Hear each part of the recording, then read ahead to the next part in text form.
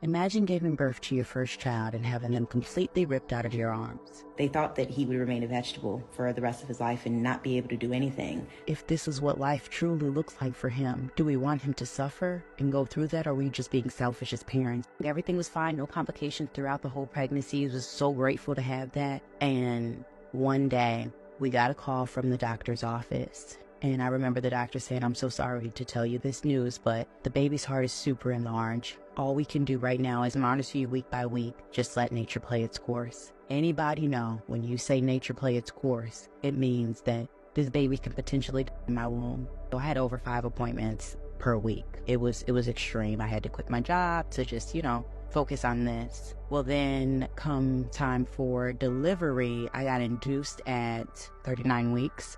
And our bundle of joy was here, but it was just so different, 20 doctors in a room, it's chaotic. As soon as they took him out and put him on me, they ripped him away. And I felt like it was ripping, like you just ripped my heart out.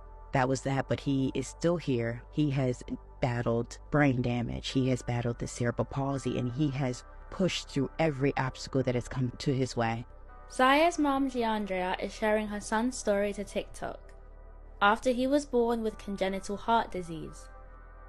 Zaire got brain damage back in December of last year. He had a blood infection that they suspect traveled to his brain, causing meningitis, and he seized for hours straight. When we had gotten there, he had already been seizing for 4 hours, and then they put the EEG on. He was still seizing for an additional 4 hours after that. So because of that time frame of the seizing, that's what caused the brain damage. He is a very, very strong boy. He's been through so much, and God has been sustaining him and keeping him, and we just thank him for it. So unfortunately, abortion is not an option in our household. I've never been for abortion, but I don't knock anybody that is. We truly believe that God gives his toughest battles to his strongest soldiers, and that's why he chose us. Yes, we have faith and believe that he is going to return home to us where he belongs. We are believing in God for whatever his will is for his life. Currently, right now, the situation that we're facing is nursing. We have 3 different agencies on this at the moment, and it's a nationwide shortage for nurses in home.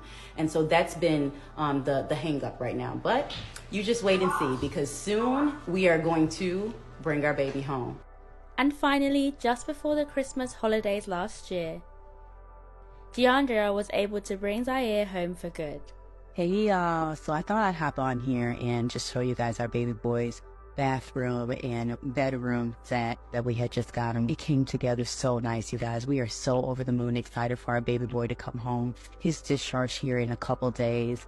We're just lost for words. God is just too good. We have come such a long way, and we're just so excited. I know it's only up from here. Hey y'all, today's discharge day. Woo-hoo! We made it. We are going home for good, y'all. We are so excited, thankful, grateful, blessed, all the above. And this is the start of something new. Yet, you guys are about to see him all settled in. He gets so relaxed, finally falls asleep, and there he is. There he is, all nice and settled in. We're so happy. We're so happy. We're prepping meds for my son, Zaire. Zaire has a little bit over 20 different medications, give or take. His times for meds are typically 9 a.m., 3 p.m., 5 p.m., and 9 p.m., with those 9 and 9s being the most of his medication. And so it's easier for us to do our med prep so we can just get up and get everything together and go ahead and give it to him. That's what you see me doing here, is going ahead and prepping all the different meds, putting them in their different bags, labeling them, and putting the dosage amount on there so we don't have to go looking for it.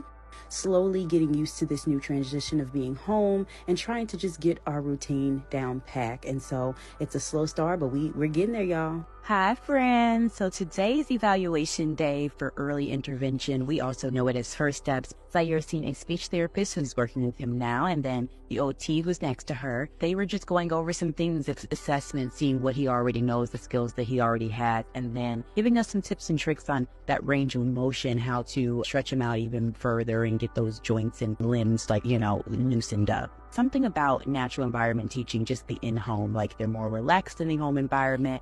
And so I just feel like some great things are in store for Zaire. One commenter asked whether Zaire was ever given a length of time to live by the doctors. And this was Giandria's response. Actually, no.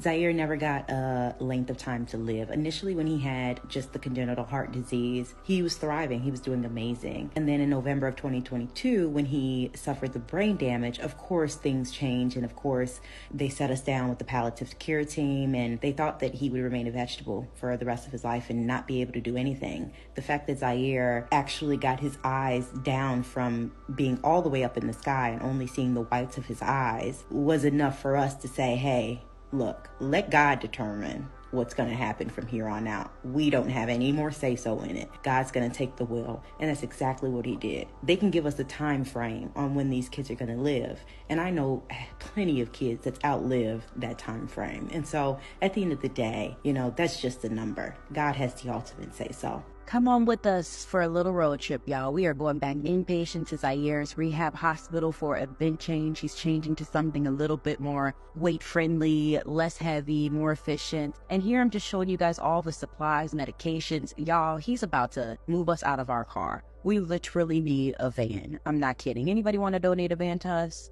We got about an hour into our hospital. 2 of our hospitals are in Chicago, but 1 we're switching care over to Cincinnati, Ohio, which is about 4 hours, almost 4 hours away from our house. So we got a lot going on this month. February is going to be a big, big month for Zaire, and we're just praying for all good things. I truly think that this is going to be on the horizon from here, and here we are, all settled back into the hospital, y'all. We'll see you soon. Take care. We're pleased to say that Zaire has been discharged from hospital and is back home and resting up after his vent change. Commenters on the original video were so inspired by Zaire's story, with one person saying, "He speaks to you with his eyes, and those smiles make these precious moments worth all the dedication and hard work it takes." And another person added, "Y'all are some awesome and amazing parents." Thanks so much to Giandria for sharing Zaire's story with us. And as always, thanks for watching Ultimate.